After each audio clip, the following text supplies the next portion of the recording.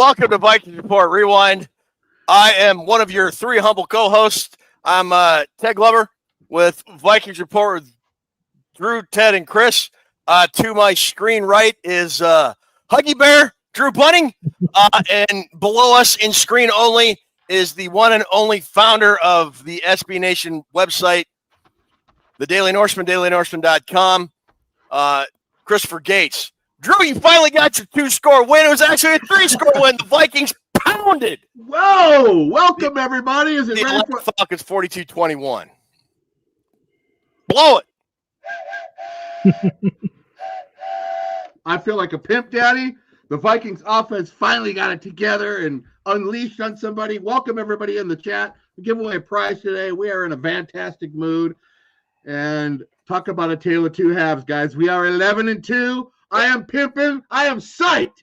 How about that red zone offense? Chris, before I ask how you're doing, I want to give a quick victory sound. There we go. Cheers, everybody. 42-21. How you doing today, Chris? Man, that was a hell of a lot of fun, wasn't it? It was. The first 2.5 quarters weren't super great, but everything that happened after that was pretty awesome. How about Sammy Darnold, 5 touchdown passes, first time in 20 years a Vikings quarterback's done that. Man. Yet we can't get that dude in the MVP discussion. I don't quite understand it, to be honest, but it is what it is. Coach Gothorpe says Falcons are now classified as an endangered species. That's a good comment. That is a good comment. Right off the bat, we got a good comment. Speaking of comments, and Drew mentioned prizes. If right now we've got let's see here, we've got 61 people in the room. We're surely going to get some more, I hope. To be eligible to win one of those prizes, all you have to do is make a comment like Coach Gothorpe just did. At the end of the show, Ruby's keeping names just like Santa, whether you're good or you're bad. She's writing down names, and at the end of the show, she's going to spin a wheel, and whoever name comes up is going to win a prize. And if Drew or Chris or myself likes a particular comment, then we may award a prize during the show. But right now, we're definitely giving away one prize at the end of the show. And one prize is definitely not going to one former Vikings quarterback, Kirk Cousins, who is now on an 8 interception with no touchdown streak, which was extended today by the Vikings. It should have been 3 interceptions because I don't care what anybody says. That one play by Shaq Griffin was a pick. He had 2 hands on the ball, and Ray McLeod or whoever it was caught the ball. I don't think it was Ray McLeod, but whoever. No, it was Drake London. Drake London, yeah, it's Drake London. He didn't. That was a pick, but whatever. Anyways, Vikings rolled anyways. Drop McLeod. Yeah, we like him. And then Andrew Van Ginkel should have had a couple picks. He almost did, and he made a couple of his patented plays. Kirk was living on borrowed time, man. He had 2 picks. He should have had about 4 or 5 today, I thought. If Van Ginkel could have stayed on his feet on that one, he had another 80-yard pick 6, but he fell down. But this offense, I don't know what got into him the second half. I mean, I don't know if the Falcons' defense is just that bad, but dude, Sam Darnold was on a heater today. He was. Yeah. Started out good, and it all went to hell. But I like when he ran across the field at the end of the game. Did you see what Darnold said? No, He comes walk out. He's about 5 feet away, and Darnold says, "Walk away, bitch. Walk away. Walk away, bitch." That was his last words ever said to Kirk. But the Vikings, I mean, this is what I've been waiting for, guys. This is why I talk on those previews at nauseum, and you guys say, "Sure, shut up about the scoring." This is what the Vikings can do.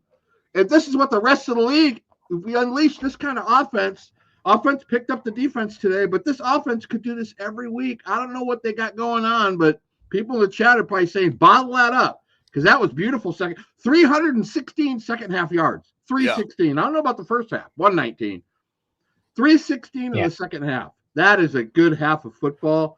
I'm happy at the outcome of that game. I'm happy how they didn't leave him in there, Tad. They didn't keep letting him bounce back at 21-21. I'm thinking here's the same old thing.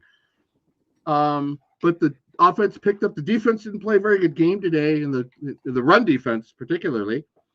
But when you look at it, when that game hit 21-21, The Vikings punched him in the mouth, kicked him in the gut, and then kicked him in the nutsack and just totally destroyed him. That's what this team's capable of. That's why I bitch about it every week. Why do we have 12 points against Jacksonville? Why? The Falcons' opening drive went 11 plays, 70 yards, and it was more their running game. Like you said, they had over 150 yards rushing today. Wow. And the first half, Nelson Williams brought this comment up earlier, and he's right. He said we'd still have to bring this up. Sam holds the ball too long. Even Greg Olsen said that. And he took 4 sacks again today, I believe, Chris, if you have the stats up. Yes, 4. Yeah, he got sacked 4 times. He's getting hit way too much, although he made a Houdini escape artist play where he got out of a scrum where I thought, and I don't care what anybody says, Kirk would have been sacked on that play. He got out of the play, rolled to his right, and then threw across his body. And I thought just run the ball, you'll get the first down. And then he threw, and I thought to myself, oh no. And then Justin Jefferson was like wide open at the 5, and he walked in for the score. It was an amazing play. It was an absolutely amazing play. But it could have been disastrous. And I just want to talk about not just the play, because Sam Darnold threw 4 touchdown passes today. 5 passer rate, 5 touchdown passes. That's right. He had 5 touchdown passes. Passer rating of 157. Yeah. Winner for best sign in the stands today. Yeah. We'll never forget you, Kurt. That's just hysterical. I was going to put that on my nameplate. But Sam still has Eric LaPointe says New Mexico says Skull brothers, welcome from New Mexico. Beautiful state, was to live there for about a year. But Sam is still holding on to the ball too long, and it's kind of a Drew. I think it's something I think that needs to be addressed, even though the Vikings won big. That's been part of his problem since he came out of college. Now that he's been on our team for since beginning of the season, you can kind of isolate it more and look at him more. Right now, he's skittish, got the yips, holding the ball too long. None of that was happening the first month of the season. He wasn't doing any of those things, but he looks skittish in the pocket sometimes. And I'm going to tell you right now, this team, and we're not going to downplay the win. We're not going to be gloomy Gus or no, we are not Drew Downer, but the undoing of this team is slowly becoming the offensive line. They are soft. They got, for the second straight week at the line of scrimmage, they got ran over. They're getting run over weekly. And it wasn't by the steel curtain, Ted. This wasn't the doomsday defense of the Purple People Eaters or the Pittsburgh Steel Curtain with LT Greenwood. This is the frickin' Falcons, who are last in the league in sacks. They were running over our offensive line. They are soft. We need to get better there. And I think that's part of why Kirk looks like he has not Kirk, but Darnold has a bit of the yips in the pocket, because he gets the yips before you can tell. He's kind of shaky and skittish. Even before he throws a completion, he's thinking about the sack already. But the O-line's got to help him out. That maybe it's just me. You guys give me your take, or in the chat. What do you guys think is happening with the O-line? They did not look good today. Well, speaking of the chat, Chris, and I want you to address this. Sad Minnesota Phoenix sports fan says Sam isn't holding on to the ball too long. The interior offensive line can't block the Corgis from the halftime show. I guess Corgis were part of the halftime show today. And Todd Taylor, first of all, thanks, Todd, for the contribution. Thanks, Todd. $5 for Drew's cool hairy mud hat. And any money that you guys contribute to us goes right into our VikingsReport.com prize vault that comes, and that goes to prizes and that you guys can pick. So, Chris, go ahead. That's what we tell you. Yeah, go ahead and comment on that. Is it the interior offensive line or Sam? I think it's just as much of an interior offensive line problem as it is a Sam Darnold problem. Someone on social media, I can't remember who it was, said that I'm not sure if there's a player who spends more time on his ass than Garrett Bradbury does. I mean, it seems like that guy just gets knocked over all the time. I know he's smart and he has the knowledge to do the protection setups and stuff like that, but man, that dude just gets overpowered like way too often. Brian O'Neill I think that's a big part of it. Brian O'Neill got smoked on one of those sacks, and it was a 3-man rush. One to what, 5 years? Yeah, I know he can't be perfect all the time, but that guy Bradbury gets beat a lot. There's only one guy that spends more time on his ass looking straight up in the air, and that was Chuck Wepner, who fought Muhammad Ali. Chuck Wepner. He took Ali 15 rounds though. Go watch Chuck Wepner's fights, man. That guy should open up a canvas company. Spend so much time laying on it. Now as much as the offensive line was an issue in the first half, and as much as they were last week, they were money the second half. I mean, the Vikings offense figured it out the second half, and one of the very first plays of the second half, and maybe they need to do this a little bit more. They had a mobile pocket for Sam. They did a little play action. Sam rolled out to the right, and TJ Hawkinson was wide open. They got him for like 15, 16 yards. I can't remember exactly what it was. Jason Finagi says Bradbury gets smoked more than Snoop Dogg's blunts. That's very funny.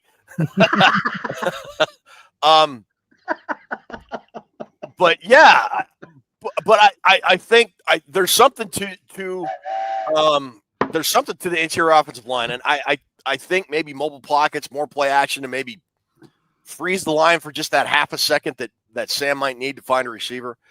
But Sam's mobility is also an asset to him. We saw that. We already talked about the Jefferson play, Chris. There are other times he got out of the pocket and was able to run and get a first down too. So I don't know. It is what it is at this point in the year, I think, guys.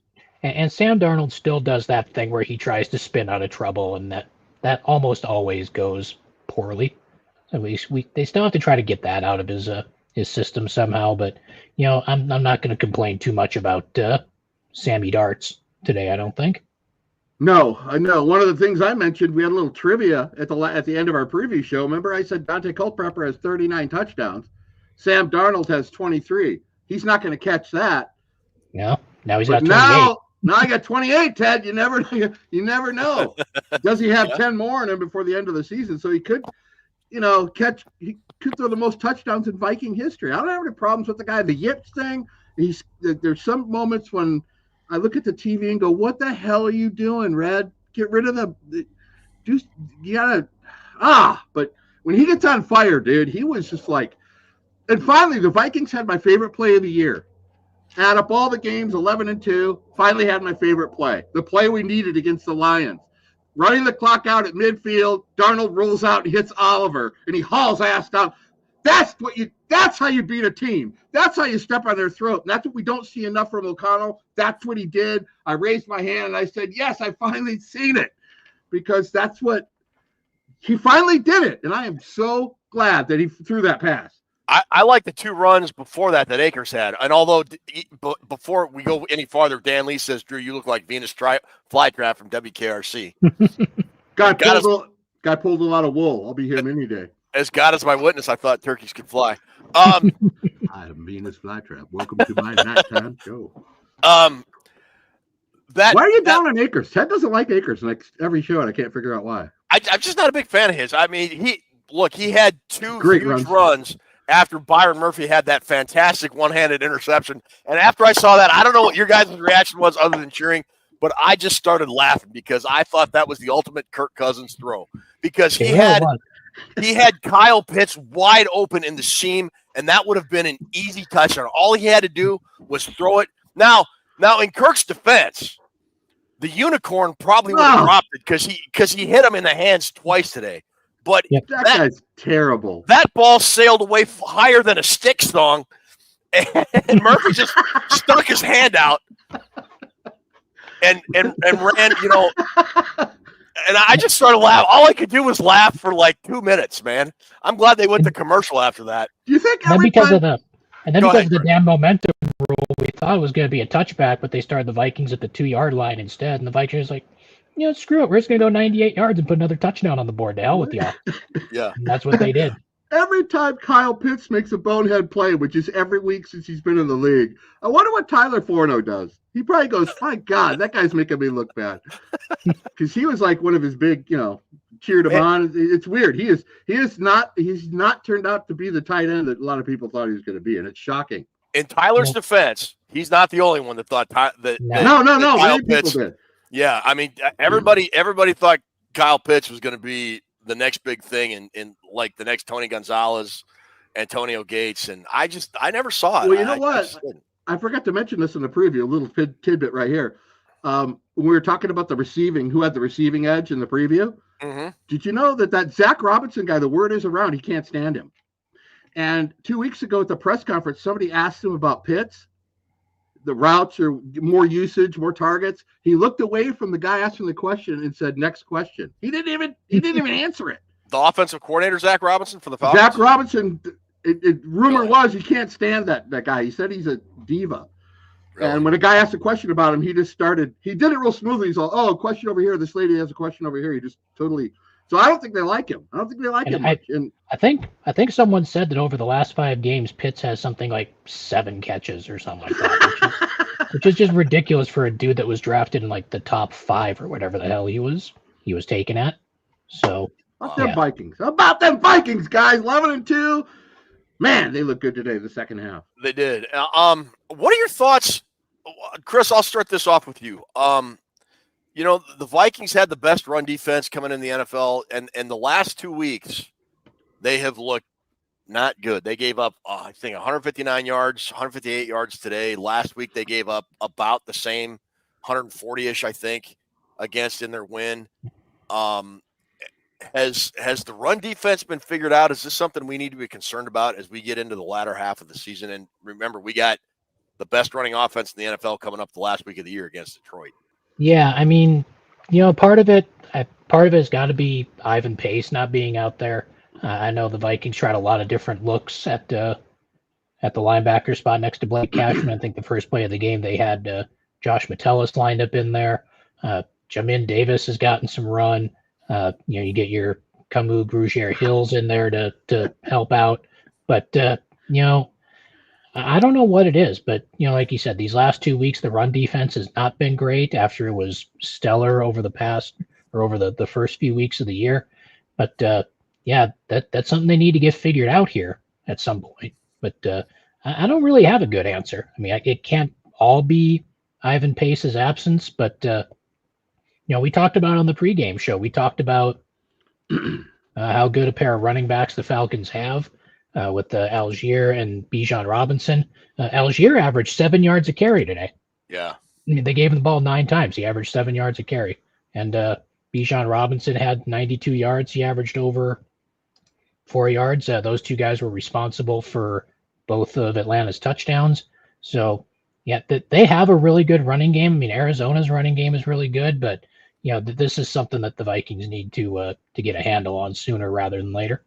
Drew, do you got any thoughts on why? I looked it up while Chris was talking, and it was 154 yards last week to the Cardinals, 158 yards today against the Falcons. That has got to change. Sure. Do you? I mean, Ivan Pace being out is a good hypothesis. You got what's your reason? What's your reasoning? I think that has a little bit to do with it. It's a combination of a lot of things. When you look at each one of these game by game by game, first off, the bottom line for me is a couple of years ago, if the defense didn't play lights out, we lost. The offense could never pick up the defense. Here's an example today of the offense picking up the run game, picking up the defensive run game. Bijan Robinson, those 2 guys, Algier, those 2 guys, we talked about it in the preview. If Atlanta can't run the ball, we're going to kick the piss out of the Falcons. What do they do in the first half? They played their game. That's how Atlanta that's how they go about winning games. Run the ball. Don't leave it on Kirk's shoulders. They played exactly how they were supposed to play the first half. The Vikings defense against the run. Now, if you watch a lot of these runs, it's very cool how Bijan Robinson runs. Even when he runs to the perimeter, he does that cutback against the grain and lets the defense flow past him, and then he cuts back and runs the other way. He did it about 5 times today. That is something that you can't teach a running back. That's kind of a Barry Sanders type gift. He's a tremendous running back. He's got the size and the speed, but he got a lot of his runs today, just the vision. And you combo that with the Atlanta offensive line played a great game today. They protected Kirk. They opened up a lot of big running lanes against our defense. Bijan Robinson, the O-line, and let's not mention the tackling. The Vikings tackling was not good at the line of scrimmage. There was a lot of bouncing off guys, and that's true. I'm sure they weren't happy about their performance. I'm sure in the locker room they wanted to pick it up a little bit, but Atlanta, that was the best run offense I've seen all year, counting Detroit. Their offensive line, a lot of holding penalties, but Robinson can get it done. That guy they had 81 yards in the first half alone. But they controlled the game that way. You said 154 and 158. 158. Yeah, 154 last week against the Cardinals, 158 today.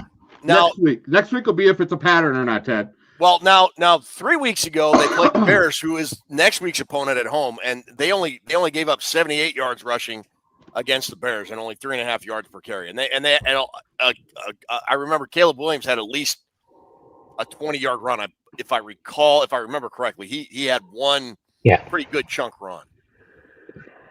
So I want to point to a guy that a lot of people in the comments have already highlighted, and Jalen Redmond has come out of nowhere over these past couple of days. He had a couple of passes defended today. He had at least 2 tackles for a loss. He might have had a third. He was out there starting ahead of Jerry Tillery today. They actually had him on the field for the first snap. He had a really good game last week, and he was out there again this week. I know that they, I'm not sure how many snaps he had, but that guy looks like another great free agent find for this this free agency class that Kwesi and company have brought in. You look at the list of these free agents that the Vikings signed this offseason, and you can't find anyone that's not contributing at this point. No. You can complain about Kwesi's draft picks all you want, but this is the best free agency class in Minnesota history. It's not even close anymore. It's all because of what Kwesi did this offseason. So, we'll see if this continues with Jalen Redmond. But he's been a breath of fresh air over the last few weeks here. Good friend of the show, Anthony Tolson, had a comment up just a minute ago about trick plays, and I want to mention this. He said something about where is it? Explain to me this, guys. What was the point of the 2 trick plays? That's not our style. My cousin, who's a Vikings fan, sent me this text not too long after that trick play. He said, and I quote, "It feels like every game the Vikes try a flippity-dippity triple flea flicker, and I'm not a stats guy, but I can almost guarantee they haven't made a single yard on any of them. A smash cut video of all these would be grimly humorous." And I replied, "I joke about this all the time with Drew and Chris. Hey, we're really rolling on this drive. Let's completely kill the momentum with a triple reverse quarterback draw. With any luck, we'll turn the ball over. On two, ready, break." I don't get any of I don't get why they try trick plays at all.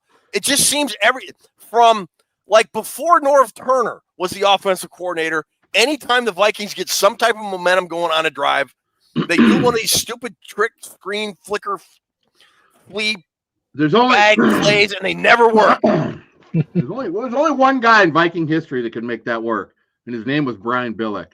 You'll never be a Brian. Nobody's going to be a Brian Billick. No. Brian Billick was the master of running that trick play thing, because KOC, I don't know why he still keeps doing it. What's the definition of insanity? Stop doing it. He had that one, the handoff, Ted. Then we hand it to the wide receiver. Then we hand it to the other wide receiver. Then we throw it to the quarterback, and then he throws it out in the flat with 19 defenders on the guy. What? No sense, no chance of even working. They did it to set up a screen. Yes! Why the hell are you setting up a screen pass like that? Drew said, there was 8 defenders there and only 5 guys blocking. You know what? There was no misdirection there. It was we'll hand it off twice and we'll pitch it back to the quarterback and we'll run a screen. Pitch it to the running back and he throws a touchdown. That's flea flick. You don't pass it 19 times. I thought I was watching the San Jose Sharks. Shoot it! well, then they were down on the goal line, and this didn't end up hurting them. Why do they run him in the middle? But they were on the goal line, and then they had Sam lined up over center. Then he goes in motion. They do a direct snap to Aaron Jones, and it was ended up calling a motion penalty or illegal formation penalty on Sam Darnold, because when he went in motion, he never came set.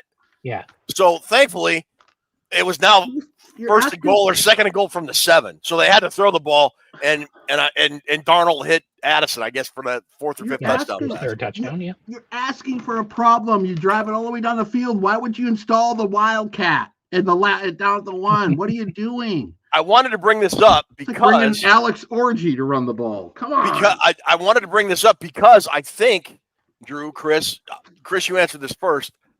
I'm not sure the Vikings have the confidence to run the ball from the 2-yard line, because it was second and goal, I believe, because it was on the 1 and they tried a Darnold sneak. It wasn't the Wildcat, it was the house cat. Okay. Meow. They tried to All right, give Rhino a Prize. prize. That's a That's a prize. prize right there. We don't know who Viking Uncensored is. They're a great Viking show. They're on Friday nights. It's Ryan Johnson and Lance Bruns, and they crack you up, and they give you. They're just two big Viking fans. Rhino, you know the drill. Get a hold of Ruby. But I think this is kind of down on the goal line. Yeah, this is like a 2016-ish version of the Vikings offense. And Asiata? Yeah, just give Matt Asiata the ball 12 times, hope for 3 offside penalties, and he'll end up with like 14 carries for 6 yards and 3 touchdowns kind of feeling right now. I don't know. If you needed 3 yards, Asiata would get you 1.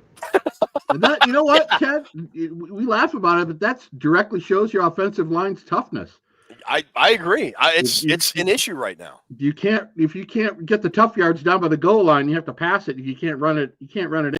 And that's a sign that your offensive line is soft. They are soft. So I'm just glad they got touchdowns and not have to rely on those field goals all the time. But some of that play calling was, Chris Gates, you send in Darnold in motion. Were they worried about that? Was anybody worried about that? You're not going to send someone out to follow Sam Darnold in motion or nothing. The hell? No, you don't got to.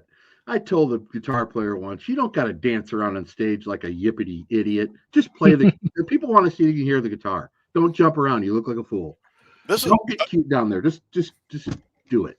Great question from Jay Johnson. What happened to C.J. Ham? He has disappeared from this offense, and I feel he's gone next year. I think he is gone next year. He had a fumble recovery.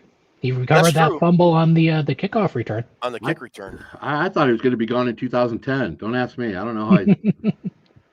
Yeah. It just felt like if you're down on the 1 or 2 and you're going to go like with a jumbo package like the Vikings are, why not give the ball to C.J. Ham? I always go with the jumbo package. Yeah. Well, don't we all? I got a question. I'm going to throw it back to you guys and the chat real fast. I won't take up much of your host time, Ted. Go ahead.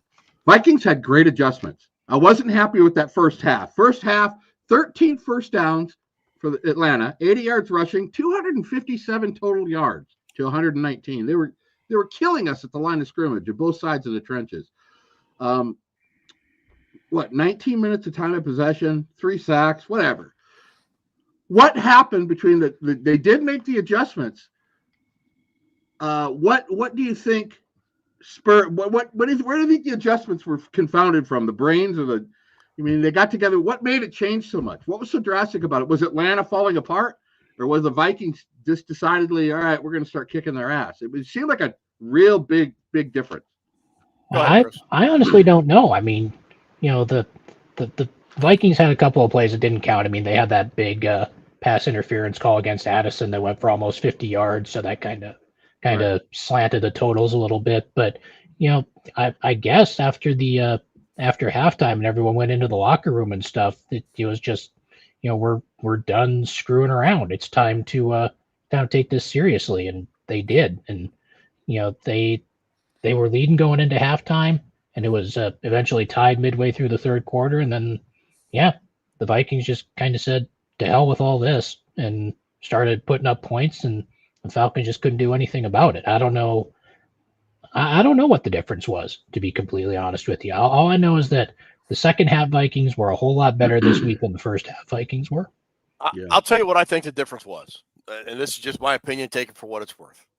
The Vikings got the ball to start the second half, and Will Reichard, glad to see him back, but he doinked one off the upright. All right, fine. The Falcons go down and kick a field goal, made it 14-13. 14-13. Yep. The Vikings go 4 plays, 75 yards, and I think that was the big pass interference drive that one of those plays was the pass interference drive, right? I think. Yep. Hold on. Yeah, it was. Yep. Yeah. It was. Yeah, it was. Okay. And so now the Vikings have a 21-13 lead. The Falcons come back and go 5 plays, 70 yards, and make a 2-point commit. So I'm thinking, okay, now offense has settled down. Defense has played pretty decent, all things considered. Raheem Morris made a couple questionable decisions on going for it or not going for it on fourth down, kicking a field goal as opposed to going for a touchdown in the red zone. I thought he was playing it really conservative, but they score the touchdown, make the 2-point conversion, and now it's a tie ball game. and the offense went right through the Vikings defense. I wanted to bring that up today. Thank you for reminding me. Good, he was different after he got hit. When Turner hit him. That's two really good comments from Coach. Is that prize worth two really good comments? Sure. All right. Coach, I had that exact play written in my notes, and I would have totally forgotten it had you not brought it up. So thanks, Coach. Coach, get a hold of Ruby at Vikings Report, Drew and Ted at gmail.com. That's a prize. That Turner hit changed him. It did. Yep. And I think the offense said, look, if they're going to match us score for score, I don't think they can if we just open it up and the offensive line played better. Sam was lasered in, and they just went out and just blasted the hell out of the Falcons. And Coach brought up a good point. Kirk was just not on after that hit that Turner laid on him because Turner brought the wood on that play. Sure and that did. was in the second. Phil, was that on that? It was I think. Well, and then the Falcons fumbled the kickoff. Vikings went down, got another touchdown, made a 2-score lead, and then I think the route was pretty much on. You know what? I think the big mistake Morris made. You mentioned Raheem Morris. Mm-hmm. I think he just totally screwed up. They had a couple drives. They were driving the ball in Minnesota. Their defense was playing well. They had it at the 40-yard line. You got to punt that ball. You're up 7-0, and they didn't make it on the downs. And I told Ruby, I go, that is just an asinine. The coaches do the dumb thing. You got then the Vikings scored, Ted. And all the momentum he had was gone. What a dumb call for a quarter. I know he's trying to be aggressive and keep the ball, but there's certain situations in game when you're rolling with the momentum, don't give him anything to momentum back with. Don't give it to him. And Raheem Morris gave it to us. So thanks, Coach. Yeah, and wish my boy Troublemaker 323 happy birthday, Tommy. Happy birthday. But yeah, and I think that fumble, once the Falcons scored, the Vikings went down and scored, and then got that turnover right away on the kick return. I think that completely flipped the momentum of the game because you could just sense it in the stadium. And I don't care what anybody says, Kirk gets rattled. I mean, there's at some point in the game, and Kirk, maybe it was the Turner hit. I think it was after that interception, not the interception, after that fumble, and the Vikings went down right away, scored a touchdown, made it 35-21. And then Kirk went down and that threw another interception after that. And then I think that was the Murphy one-handed pick. Yep. It was over, man. I mean, there was, and then at the end of the game, the last drive that when it was 42-21, the Falcons drove. It was the Vikings. I don't know if you guys noticed it, but it was the Vikings' second team defense, and they couldn't score on the Vikings' second team defense. Kirko, I hope. Hey, Dan Campbell, I hope you were watching. And that sticks in your head because if the Vikings play like that all the time, they're in a team on earth that can beat us. I want to throw this stat out there because I couldn't believe it when the Vikings PR people put it out there. Jordan Addison and Justin Jefferson, the first Vikings wide receiver duo to have 100-plus yards and 2 touchdowns in a game in franchise history. Oh, really? Not Carter and Moss. Oh, Diggs and Thielen. Not Carter Jordan, and Moss? Jefferson and Addison. Absolutely. in franchise history. That's what it says. That is a tasty what, Ted? What is that? Yeah, that was word for word from the Vikings PR folks. I thought you were going to say since, and I was going to have Drew and I try and guess, and I was going to say like White and Rashad because or Moss and Chris Carter. Apparently, I would have to find it again, but apparently Chris Walsh and Carlester Crumpler. That's apparently there was a wide receiver and tight end duo who did it once before. If y'all want to try to take a stab at that for the Vikings. Yep. That it had both 100 yards receiving and 2 touchdowns in the same game. Yep. Was the receiver that got it Joe Sensor? Was that the receiver? No. Okay. That was going to be my guess. All right. Sensor. So then it's going to be Stu Voigt and somebody. Nope. Steve Jordan. I'm going to Steve Jordan was the tight end. And then Anthony Carter. Then no. Leo Lewis. Nope. Hassan Jones. Get out of here! Look at you, Drew. Absolutely. Very nicely done. Hassan Jones. What year was that? 87?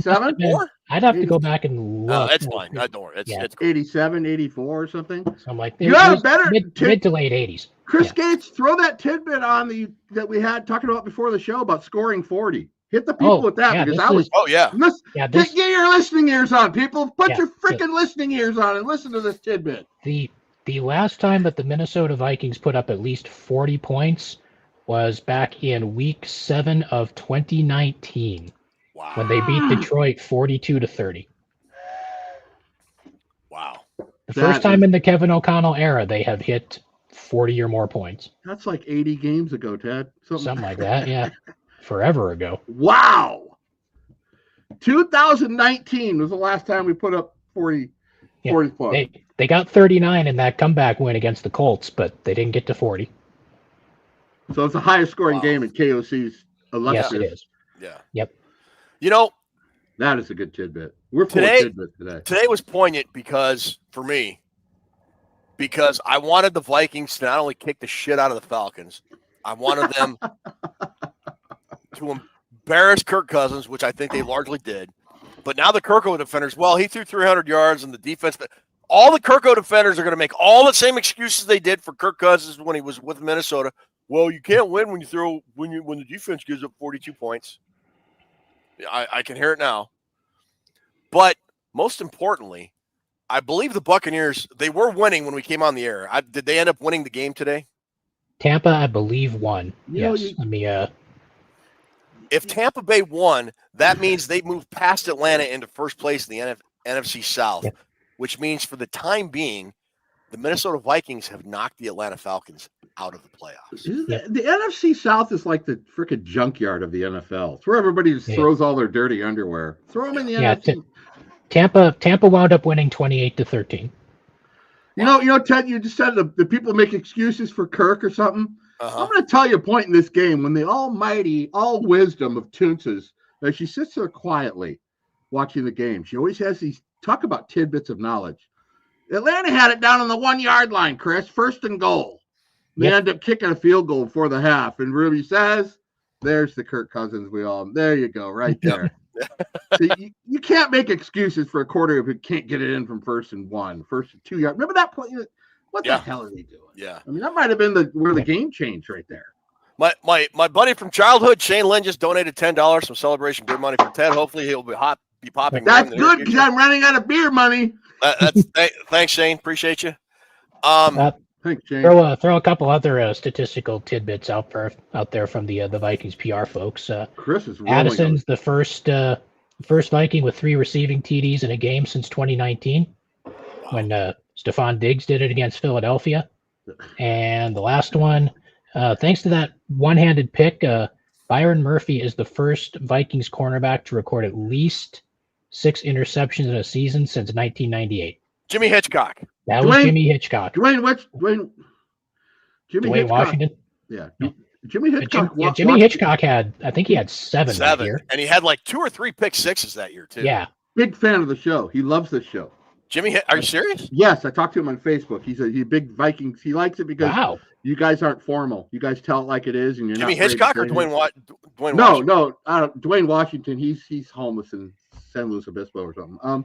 No, Jimmy Hitchcock, the great Jimmy Hitchcock. Wow. We're gonna have him on the show. Let's get him on the show. Are you serious? I'm being serious right now, Ted. Jimmy Hitchcock watches Vikings Report. You're kidding me. I love Jimmy Hitchcock. Hell yeah. I want to have him on the show, and anyway, we'll talk about this offline. But yeah, I'd love Murphy. Ed White wants to be on too. Ed, I mean, is he lead the NFL in interceptions now? Right, Murphy? Close. I think he's got to be close. Let me see if I can find that. Definitely top 5. We're throwing a lot of numbers out there today, Ted. Yeah, we are. When is the last Viking to lead the league in interceptions? Who was the last Viking to do it? It might have been Darren Sharper. Orlando Thomas? Yeah. The late, great Orlando Thomas. So going into today, the dirtiest player in the NFL and that got to be Kirby Joseph. And Xavier McKinney each had 7. And then Byron Murphy was one of 3 players with 5 coming into today. 6. So he's second in the NFL. 6 now. Yeah, tied for second. He's second in the NFL or tied for second, but he's 1 behind the leaders in that category. Yeah. And we don't speak of Darren Sharper in these parts. We don't. We just don't. I mean, there was that one year where Corey Chavis and Brian Russell each had like 8 or 9 interceptions too. It was the crazy season that was. That guy, 2004. And then Brian Russell left in free agency, and we never heard from him again. My brother Scott, who's recuperating, Yeah. he used to party at San Diego State with Brian Russell and says, Did he really?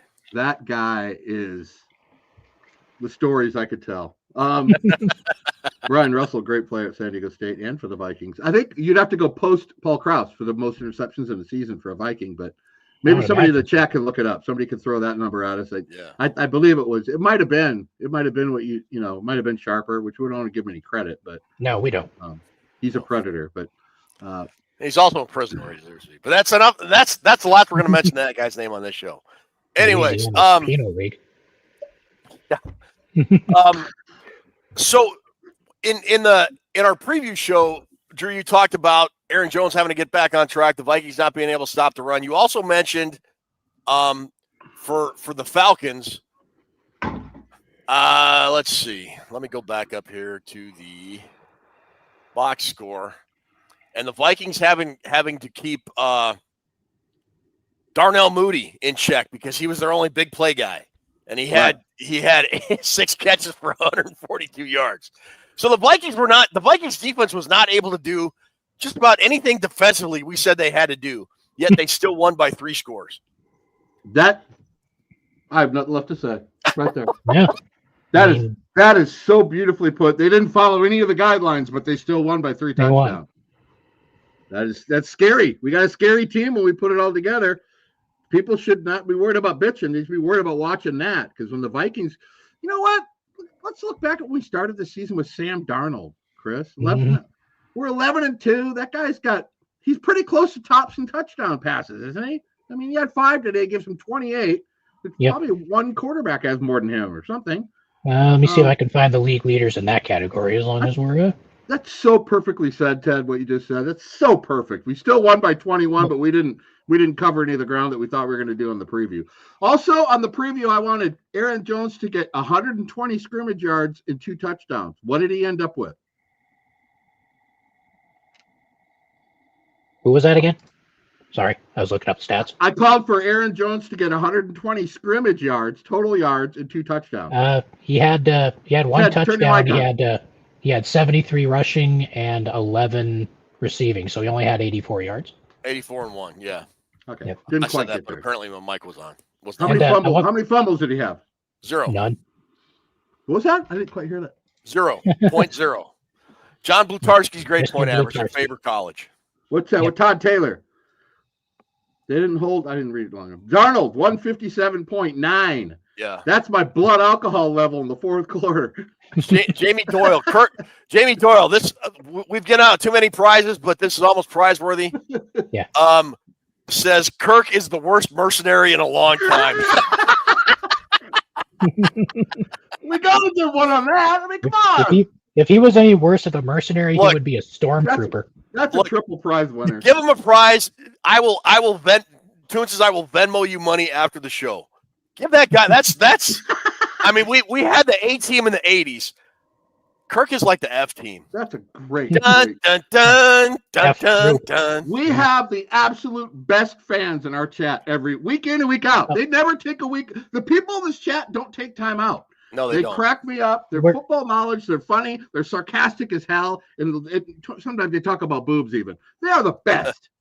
We're 45 minutes into the show, and we haven't really talked about Justin Jefferson yet. So I'm going to throw this one out there, too, just because it's pretty – because he's the first person to do damn near everything at this point in his career. So he is the first player in NFL history with 7,000 or more receiving yards in his first 5 seasons, which is impressive considering that he missed half of last season with the hamstring issue, and the first player in NFL history under the age of 26 to reach that mark.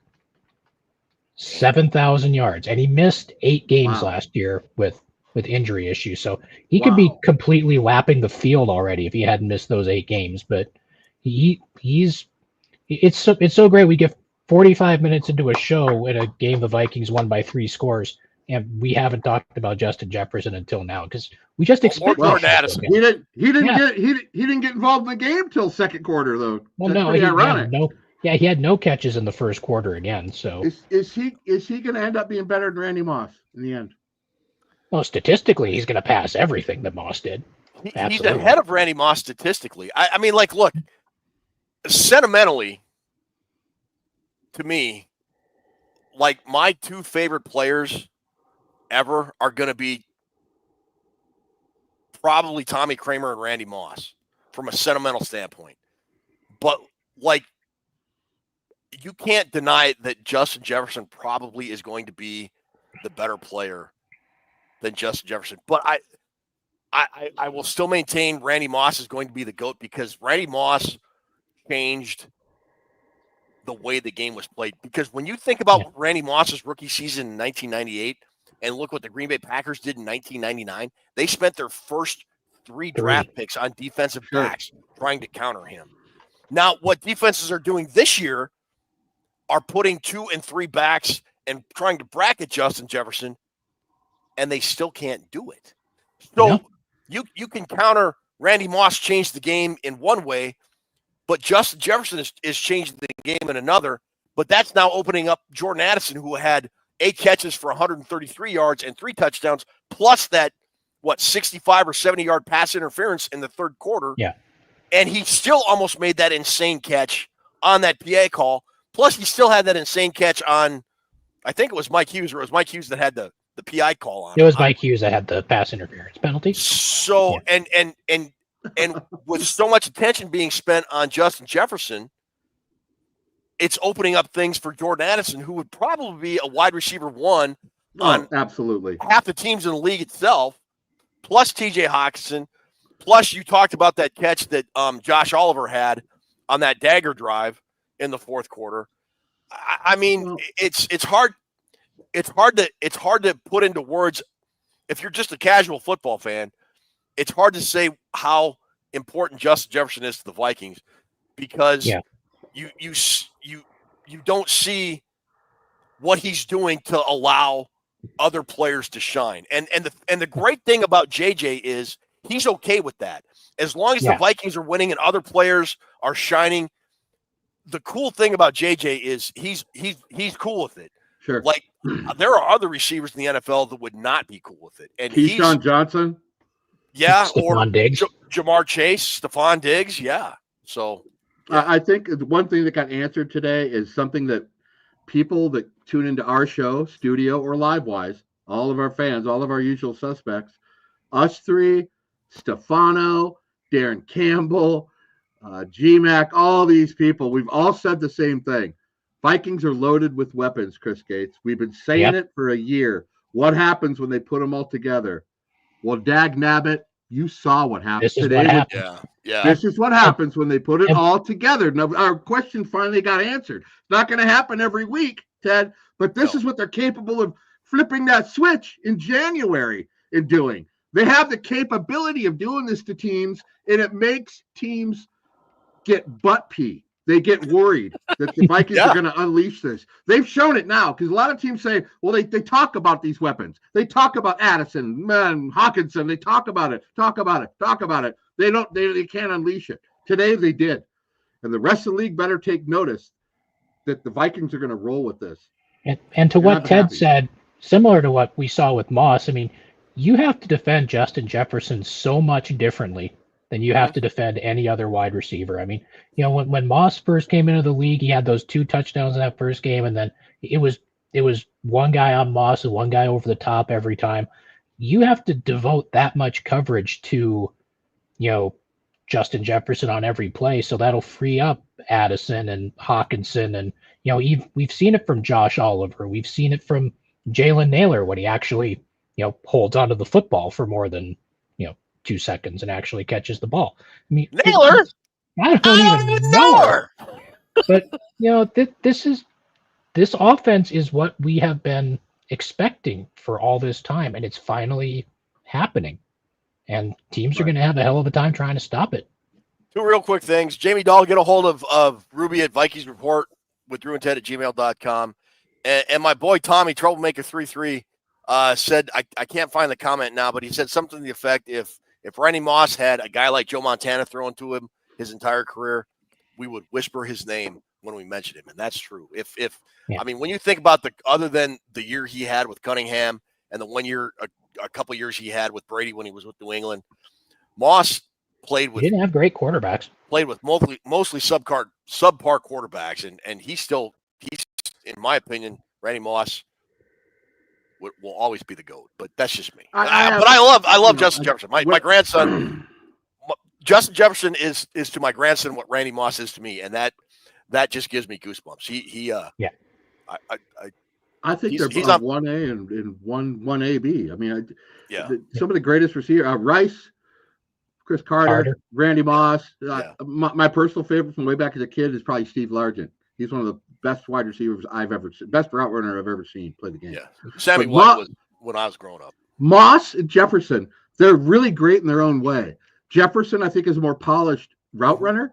He'll go over the middle. He has, I think, better hands than Moss, and that's not putting anything down on Moss, but there's certain things that Justin Jefferson does that Moss didn't do. But I'll give you one thing Moss did that Jefferson, I don't rarely see. I don't think he can do.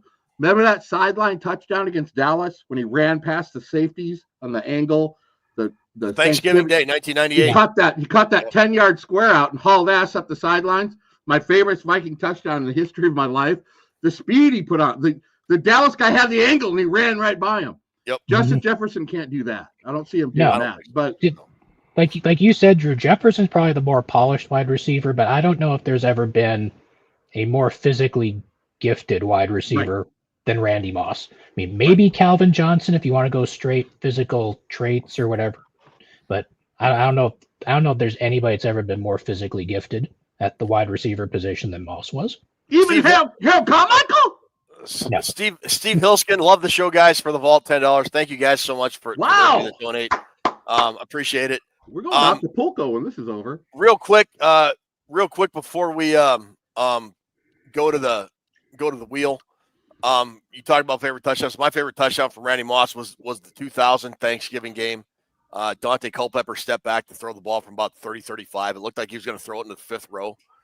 And Moss caught it in the back. I mean, he was going full speed. That's the most ridiculous catch this day I've ever seen. He was going full speed, and he stopped at the back of the end zone from full speed to a full stop, reached out, caught the ball, and it was a touchdown. I thought he blew out both his knees, and then he just got up, flipped the ball to the ref, and I'm like, I remember that.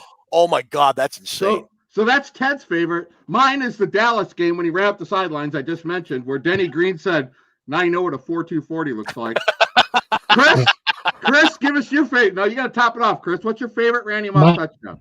Mine's the same one as Ted's because, like I said, to this day, that is the single most physically ridiculous catch I've ever seen because he blew right past like two guys, and like Ted said, I thought Culpepper was going to throw it into like the fourth row of the seats behind the end zone. And then, he slams the brakes on. He comes to a complete stop, keeps both of his toes inside of the end line, and manages to reach his hands out and pull it in. That was like a Matrix thing, Ted. That looked like it was in a Matrix. It was. And speaking of Randy Moss, he put an announcement out a couple days ago that he has to step away from his duties as ESPN host. He's got some health issues he's dealing with. So best to you, Randy. Randy, I know you're not watching because you're a big super duper star and all that, but all of us in Vikings Nation are praying for your health and your recovery because, man, we love you. Yeah. I mean, like human being love, not. We loved you as a player, but man, we love you, and we hope you get well soon. And whatever you're dealing with, we hope you kick its ass like you kicked ass on the football field, brother. People used to say, "How come you don't call him the Freak, Drew? Why do you call him Wow?" I call him Wow because after every play, I wow. That's all I can say. Wow. That's about it. Yeah. I call him Wow. All right, not ShamWow. That's a ShamWow. Not that guy. No, not that guy. No. But anyway, so Ruby said she's ready for the wheel, but she does not. Her microphone's got an issue, so she won't be able to even say hello to us. But she makes all this happen. So Ruby, although you can't pop on and say hello, if you would, at least bring the wheel up and get ready to spin it.